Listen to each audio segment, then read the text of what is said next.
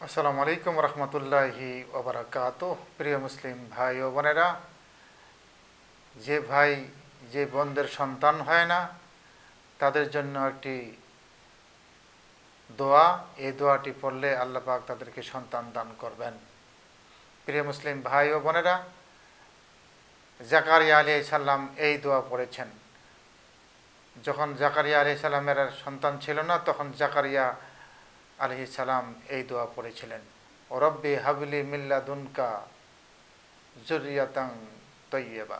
নিচে আরেকটি দোয়া আছে, রব্বি লা তাজারনি ফারদা, আল্লাহ তুমি আমাকে একাকী রেখো না, সন্তান দান করো।